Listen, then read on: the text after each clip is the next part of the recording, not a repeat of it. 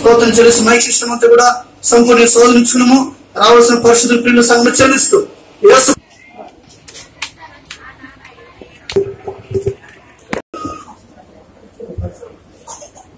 ఈ సంవత్సరం ఆంటీ గారి దేవుడు ఇచ్చిన వాగ్దానం ఒకసారి జ్ఞాపకం చేయాలని కోరుతున్నాము.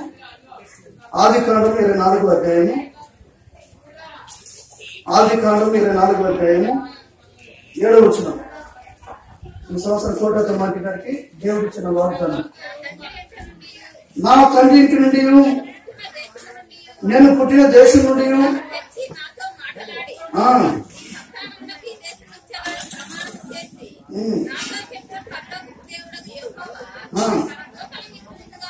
తన దూత నీకు ముందుగా పంపును.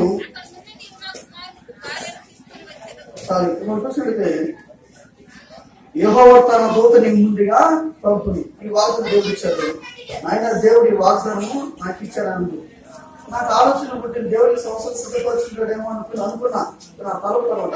మొట్టమొదటిగా ఆంటీ ఈ వాగ్దానము నేను చూస్తాను. నాకు వచ్చిన మొట్టమొదటి తలంపు ఏంటంటే దేవుడి సంవత్సరం ఆంటీని తీసుకుంటాడేమో, దేవుడు తను సిద్ధపరచుకుంటున్నాను.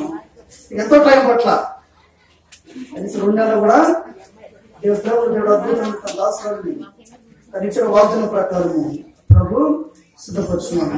దాని గురించి నేను చెప్పే మాట ఏంటంటే ఆమె భక్తురాలు, ఆమె భక్తురాలు.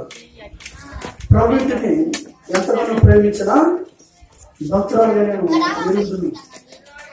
తర్వాత దేవుని సన్నిధిని ఎంతో ప్రేమించింది. దేవుని సన్నిధిని ఎంతో ప్రేమించారు ఆంటీ గారు. ఎందుకంటే 9 నెలలకు ఉన్నాము. ప్రతి కుడికి సమయానికి ఆమె ప్రతి కుడికి ఏదో మరియు అనుభవపడుతుంది తప్ప ప్రతి కుడికి సంఘ ప్రార్థన కావచ్చు, బయలు ప్రార్థన కావచ్చు, ప్రవచనం కావచ్చు, స్త్రీల కుడి కావచ్చు, ఇంకా సమయానికే దేవుని ముందుని దేవుని సన్నిధికి చేర్చిన భక్తురాలుగా నేను ఎరుగుతుంది. అది మాత్రం కాదు, ప్రభు ప్రజలున్న దైవజనులను ఎంతో ప్రేమకి, ఎంతో ప్రేమ ఎక్కువ. ఈ జీవాశ్రమ సేవ ప్రతి సేవకు ఎంతో ప్రీతి అనమాట. మామూలు నాకు తెలిసిన చాలా సందర్భాలు అన్నకి మాత్రం గురించి ఇప్పుడు మాట్లాడుతుంది నాతో. ప్రేమ దేవుడు అనుకోలేదు, కానీ కూడా దేవుడు నడిపించారు. అంతా ఆమె పిల్లలు నా సమయం చేయరు. నాకు తిరిగి విషయాలన్నీ పెద్దలు వచ్చారు కాబట్టి దేవుడు ఆ రకంగా అనుమతించాడు. కనుక దైవజనులతో ప్రేమించిన భక్తులను చూస్తున్నాం. తనను అసలు చివరికనే ఉంటుంది. గత సోమవారం నుంచే ఆంటీకి కొద్దిగా ఆరోగ్య పరిస్థితులు లాస్ట్ ఆదివారం రోజున వరకు తను ఎంతో మందిరంలో పరిచర్య చేస్తూ వచ్చారు.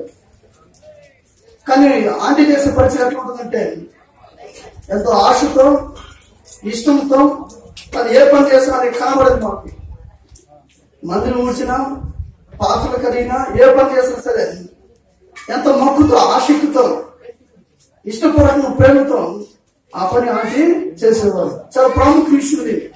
పని మనం అనేక రకాలుగా చేయొచ్చు, కానీ ఏ మనసుతో, ఏ ఇష్టంతో చేస్తుంది చాలా ప్రాముఖ్యమైన విషయం అది. ఏ పని చేసినా చాలా చక్కగా ఉంటుంది ఆంటీ పని చేసినప్పుడు.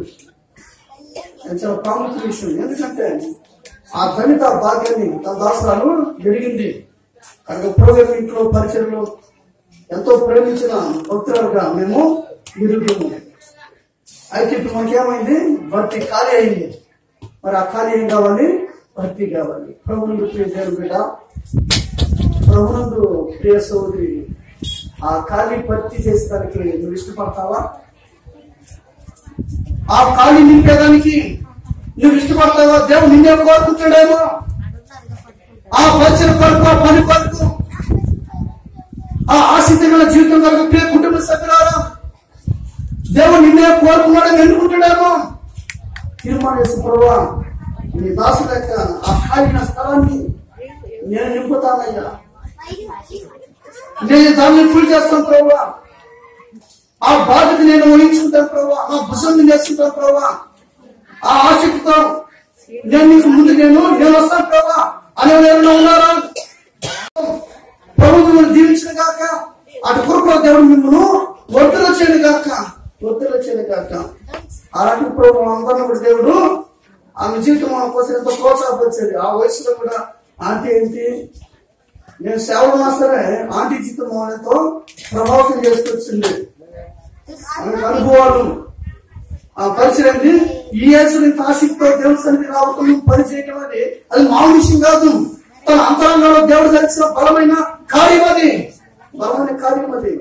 ఆ కార్యం చెబుతా ఆ వయసులో ఎవరు ప్రేమించడం, ఆయన పరిచయం ముందుకెళ్ళడం అనేది మనం గుర్తించాలా. అంత బలమైన కార్యం దేవుడు తన దాసులను దేవుడు జరిగించి ఇంకెందుకు నా దగ్గర ఉండాలని దేవుడు ఏం చేశాడు, ఆయన ఇష్టపడి పిలుస్తున్నాడు. ఆయన సదాకాలము ఆయనతో నిత్యం ఉండడానికి ఆయనకి ఇష్టమైంది. నేను సాయంత్రం ప్రభు పిలుచుకున్నాడు. అయితే కుటుంబ సభ్యులకి నేను చెప్పే మాట ఒకటే, ఆ మార్గంలో నడుచుకోవడానికి ఇష్టపడతావా? ఆ సాక్ష్యాన్ని నీ కుటుంబం ద్వారా సంతానంగా మన సంతానాలుగా మీరు నిలబెట్టుకుంటారా? తీర్మానం చేసుకోండి. ప్రభు మీకు సహాయం చేస్తాడు. మీ కుటుంబంలో మీద నిత్యమైన ఆశీర్వాదాలు దేవుడు కుమ్మరిస్తారు. మనందరికీ కుటుంబాలకి సహాయపడి నడిపిస్తుంది.